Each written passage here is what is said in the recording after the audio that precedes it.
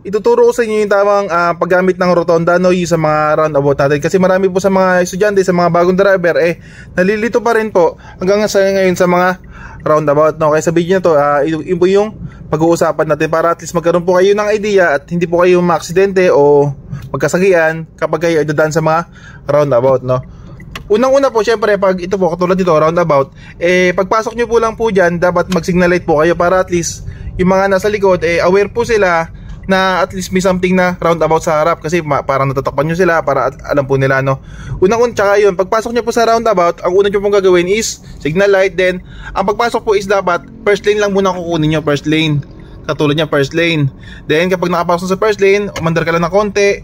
Then, signal light ka pakaliwa, papuntang second lane. Ayan. Hindi pwedeng pagpasok mo sa roundabout third lane ka na agad ang pasok mo, no. Yun, delikado po yun. Dapat hindi po kayo basta-basta papasok ng first from entrance to fourth lane, third lane agad, no. Kumbaga isa-isa siya, parang hagdan. First lane, second lane, third lane, fourth lane. Parang ito po, pasok sa fourth lane. Parang ganyan, ikot-ikot muna tayo, no. Then yun po yung tamang pagpasok sa mga roundabout para at least maiwasan po natin yung swerving, magkasabitan, parang ganun po, no. First lane, pasok ka muna, no.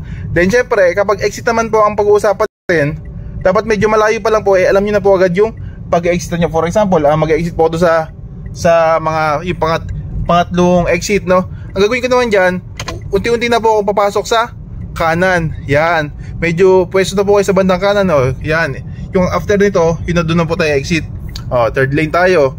After nito, papasok na po ako sa second lane. Yan, second lane. Yan.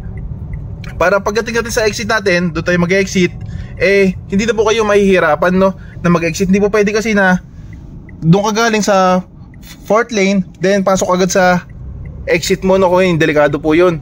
Kumbaga parang doon nagkakaroon ng aksidente po sa mga roundabout. Parang ganun po, no. Kaya kung sakali po na dapat medyo malayo pa lang, alam niyo na po agad yung exit nyo para at least nakapag-ready na po kayo. If ever man na maligaw kayo, for example, hindi nyo agad na kuha agad yung exit nyo, kumbaga galing kay third lane, lumagpas na, parang nalagpasan nyo, ang gawin nyo po is umikot na lang po kayo ulit para at least pag-ikot nyo po is maging safe po yung pag-exit nyo. Para at least may idea na po kayo kung sa kayo exit, ikot na po kayo ulit hanggang sa makuha nyo po yung pinaka kanan, no, bago kayo mag-exit. Yun, para at least lahat po tayo ay maging safe yung pag-ikot-ikot, pag-round about natin. Salamat guys, yun lang po, ingat.